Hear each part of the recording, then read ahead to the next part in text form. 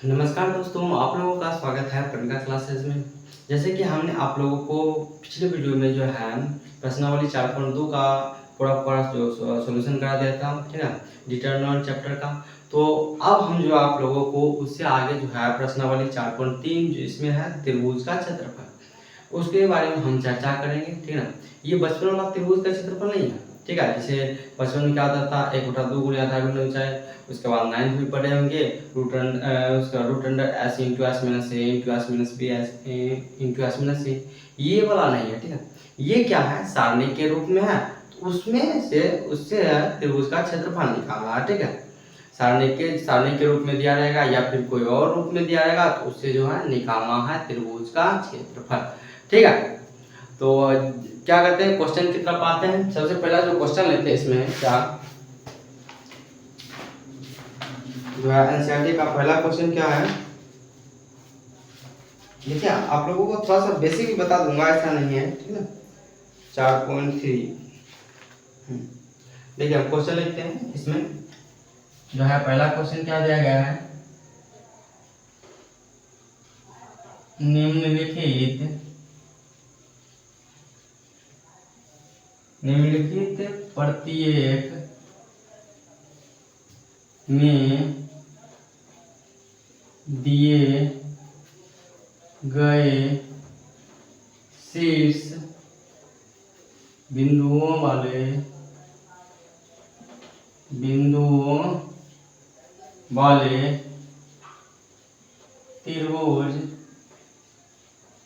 त्रिभुजों का क्षेत्रफल ज्ञात करें, ठीक है। क्या ज्ञात करें, क्षेत्रफल ज्ञात करें, ठीक।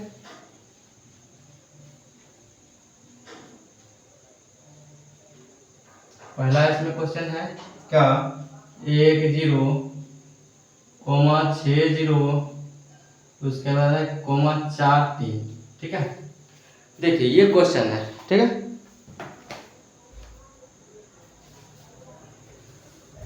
अब देखिए इसमें क्या करना है, इसको सबसे पहले है जो सारणी का रूप में बनाना पड़ेगा, ठीक है।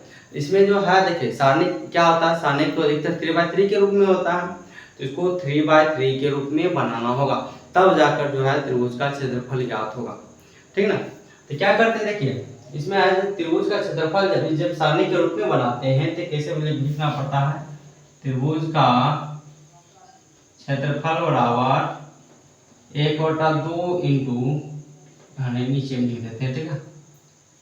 1/2 इंटू ये देखिए ये क्या है, यहाँ पर यानी A11 A12 A21 A22 A31 A32, लेकिन जो है A3 उसके बाद A23 और A33 नहीं दिया गया। इसको देखिए लिखने का तरीका ये बेस्ट है, 10 उसके बाद 60 उसके बाद 43, यहाँ पर सभी में जो है C3 में क्या कर दीजिए, सभी जगह पर एक एक बैठा दीजिए।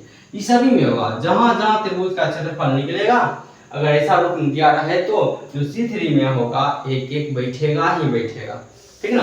अब क्या करते हैं, यहाँ से एक्सपेंड करना होगा, जैसे एक्सपेंड करते थे या फिर परसेंट करना होगा, ठीक है।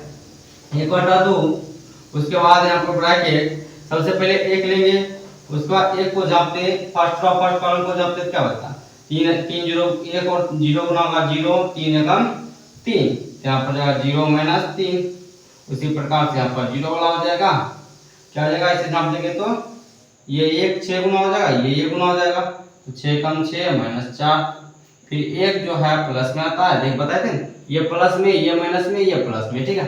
हम जो है आप लोगों को ये जो बहुत डिटेल से बताए हैं, ठीक है। उसके बाद है जो ये और ये झाप दिए तो क्या बचा, 3 6 से गुना होगा, 4 0 से गुना होगा, 6 3 18 -0, इसको क्लोज कर दीजिए, ठीक है। 1/2 ये हो जाएगा, 1 में गुना होगा -3 से, ये तो 0 ही हो जाएगा, और 18 में से 1 घटा तो 18 में 0 गया तो 18, और 1 से गुना हुआ तो 18 हो गया। यहाँ पर बचा 1/2 इंटू गुना होगा तो -3 प्लस 18 घट गया तो बचा 1/2 गुने 15 गुना होकर क्या आ गया, गुना होकर 15/2, ये वर्ग इकाई में आएगा। किसमें आएगा? वर्ग इकाई में। ठीक है, इसी प्रकार जो है बनेगा दूसरा और तीसरा। ठीक है, देखिए इसका जो है ना आप लोगों को कहीं कहीं सूत्र भी बताया जाएगा। ठीक है, ये सूत्र ऐसे कर बताया जाएगा बहुत है, x1 x2 ऐसे कर y1 y2 ऐसे कर बहुत बताया जाता है। लेकिन हमने आप लोगों को क्या बताया है डायरेक्ट, क्योंकि देखिए प्रश्न जो है करने के लिए आप लोगों को आता है पहले से। ठीक है ना, प्रश्न जब करने आता है तो इससे क्या हो जाएगा, इजी हो जाएगा। ठीक है, इसे डायरेक्ट इसे बदलिए, उसके बाद फटाफट निकाल दीजिए, बहुत इजी हो जाएगा। तो वो इसी प्रकार से ज्ञात हो जाता है। लेकिन जो x1 x2 उसमें मान बैठाते रहिए, फिर से हर लोग ऐसे करके बहुत लफड़ा हो जाता है इसमें। इसलिए डायरेक्ट प्रश्न करिए, निकल जाएगा, खलास तुरंत हो जाएगा। ठीक है, अब जो है क्वेश्चन नंबर, इसी में दूसरा क्वेश्चन है। दूसरा क्वेश्चन क्या है, इसी में दूसरा क्वेश्चन है 2 7, उसके बाद है 1 1 और 10 8। 2 7 1 1 10 8। ठीक है, ये क्वेश्चन है दूसरा। उसी प्रकार से निकालेंगे। ठीक है ना, त्रिभुज का क्षेत्रफल बराबर त्रिभुज का क्षेत्रफल बराबर 1/2 इंटू 2 7 1 1 10 8। 2 7 1 1 उसके बाद 10 8। लास्ट में क्या दीजिए, C3 में 1 1 दे दीजिए, हो गया। उसके बाद आप प्रश्न कर देंगे, हल हो जाएगा। ठीक है ना, 1/2 पहले देखिए R1 से प्रश्न करेंगे, ये और ये जब आया 2 इंटू 1 कम 1 8 कम 8, फिर बीच में क्या हो जाएगा, माइनस लगेगा -7, फिर ये इससे और ये इससे गुणा कर दीजिए, 1 कम 1 10 से कम 10, फिर ये 1 से होगा, 1 से हो जाती ये जो ये और ये का कम 8 कम 8 और -10 से कम 10। 1/2 2 गुने ये घट जाएगा तो -7 में, -7 ये घट जाएगा तो -9 और ये 1 ये घट जाएगा तो -2। 1/2 -14 माइनस प्लस फिर 60 जगह माइनस प्लस -2। चलिए देखिए ये दोनों माइनस में, ठीक है ना, ये दोनों किस में है, माइनस में। माइनस में तो जुटेगा, -16 हो गया। अब 63 में देखिए -16 अब प्लस 63 कितना हो जाएगा, ये हो गया 7, यहाँ पर 5 3 37। क्या सही है? नहीं लगता है कहीं तो गलत हो गया। क्या गलत है, क्वेश्चन उतारा है क्या? 2 7 उसके बाद 1 1 10 0। क्वेश्चन तो बिल्कुल सही है। ठीक है, 2 7 1 1 10 8 उसके बाद आंसर कितना हो गया,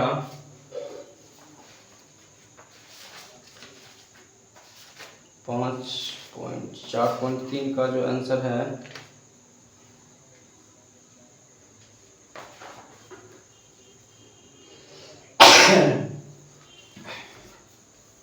आंसर सही है। देखिए यहाँ पर घटा कर दिया था। ठीक है, यहाँ पर 4 आएगा 47, तो आएगा 47 गुना कर दीजिए तो 47/2 वर्ग इकाई आ जाएगा। ठीक है, वर्ग इकाई आ जाएगा। क्या हो रहा, तो ये था क्वेश्चन नंबर 2। इसमें देखिए एक और क्वेश्चन है तीसरा। ठीक है, तीसरा हम यहाँ पर हल कर देते हैं। तीसरा क्या कहता है, -2 -3 उसके बाद है 3 2 उसके बाद है -1 -8।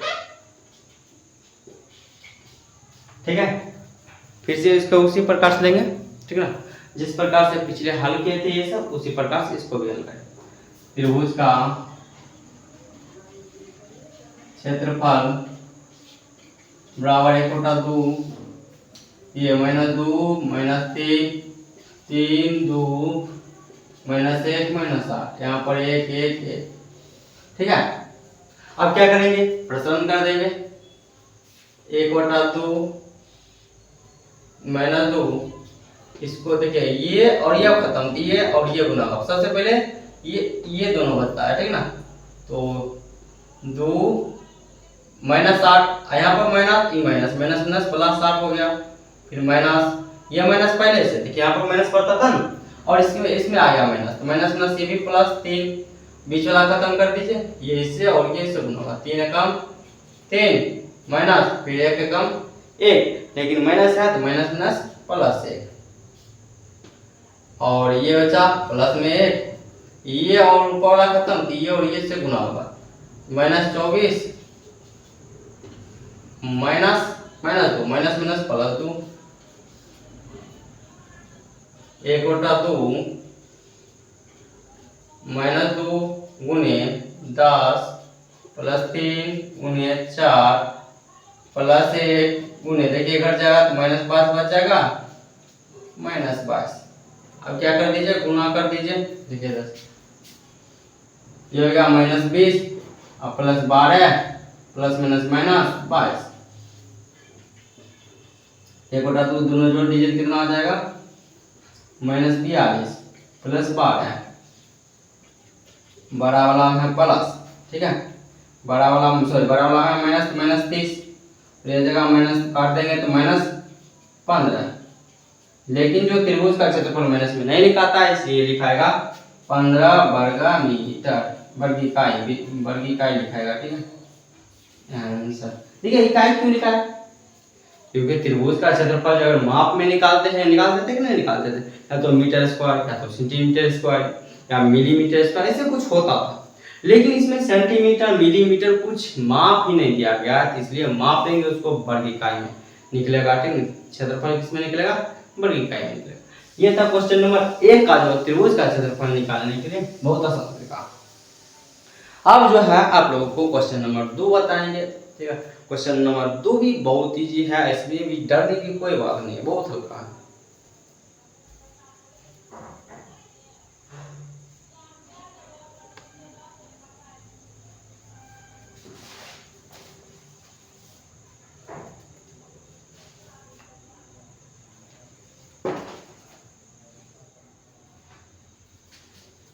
क्वेश्चन नंबर देखिए दूसरा क्या कर रहा है, दर्शाए कि बिंदु ए का मान दिया गया है, फिर बिंदु बी का जो मान दिया गया और सी का भी मान दिया गया, संरेख है कि नहीं।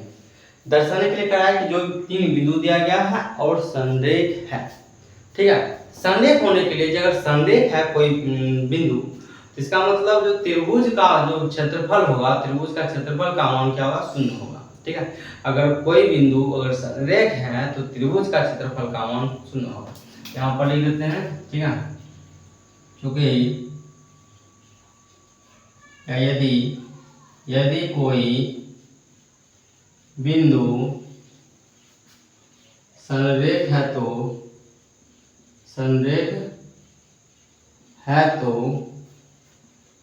उसके त्रिभुज का क्षेत्रफल का मान क्या हो जाएगा, 0 होगा, ठीक है। क्षेत्रफल का मान क्या होगा, 0 होगा। इसका मतलब ये कह सकते हैं कि त्रिभुज का क्षेत्रफल बराबर 0 है, तो त्रिभुज का क्षेत्रफल बराबर क्या हो जाएगा, 1/2, हल करते हैं, यहां से लिखते हैं ए बी सी, उसके बाद बी प्लस सी, सी प्लस ए प्लस बी।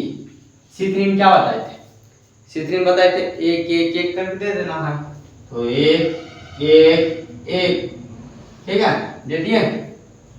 चलिए आप देखिए इसमें क्या करते हैं, संक्रिया का प्रयोग करेंगे, संक्रिया का प्रयोग इसलिए करेंगे क्योंकि अगर देखिए ये जो है C1 और C2 आपस में जोड़ देते हैं, C1 और C2 आपस में जोड़ देते हैं तो क्या आ जाएगा, जो या इसको इस पर जोड़ेंगे या इस पर जोड़ेंगे, तो सभी में आ जाएगा, जो आया तो C जो है C1 में या C2 में, सभी में आ जाएगा, A plus B plus C सभी में आ जाएगा। इसे क्या करेंगे, कॉमन ले लेंगे, बस एक एक एक सभी जगह बच जाएगा। तो दो जो हो जाएगा कॉलम हो जाएगा शून्य, सॉरी दो कॉलम आपस में बराबर हो जाएगा। तो गुणधर्म पढ़ाए थे आप लोगों को, तो गुणधर्म पढ़ाए थे, यदि किसी सारणी क्या किसी आप लोगों का जो है दो रो या दो कॉलम आपस में बराबर हो जाए तो उस सारणी का मान क्या होगा, शून्य होगा। यह बताए थे आप लोगों को, ठीक है। संक्रिया का प्रयोग करेंगे, संक्रिया C1 tense to C1 plus C2 करने पर, ठीक है। तो 1/2 इसमें जोड़ लीजिए, A plus B plus C आ जाएगा, नीचे भी A plus B plus C आ जाएगा, यहाँ भी A plus B plus C आ जाएगा, यहाँ पर B plus C, C plus A plus B, यहाँ पर एक बचेगा, ठीक है।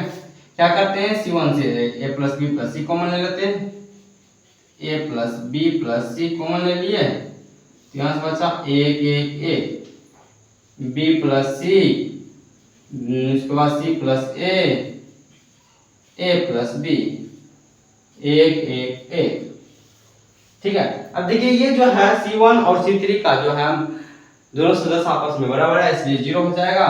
तो 1/2 गुने A plus B plus C का मान जो है 0 है, इसलिए आ गया 0, ठीक है। अतः सुनना आ गया जो है त्रिभुज का क्षेत्रफल, अतः बिंदु A, ठीक है, बिंदु B तथा C संरेख है, बस प्रूव्ड। कुछ नहीं था, बहुत इजी क्वेश्चन था, ठीक है। क्योंकि देखिए 4.3 जो है बहुत इजी क्वेश्चन है, ठीक। तो आशा करता हूँ कि आप लोगों का जो यहाँ तक समझ में आया होगा। अगर कहीं दिक्कत हो तो आप लोग जरूर कमेंट करें। अगर वीडियो अच्छा लगे तो आप अपने दोस्तों के साथ शेयर करें। तो यहाँ तक बने रहने के लिए आप लोगों को बहुत बहुत धन्यवाद। मिलते हैं अगले वीडियो में जो क्वेश्चन नंबर 3 पर होगा, ठीक है। अब लेकर आएंगे क्वेश्चन नंबर 3। राम राम, मिलते हैं अगले वीडियो में।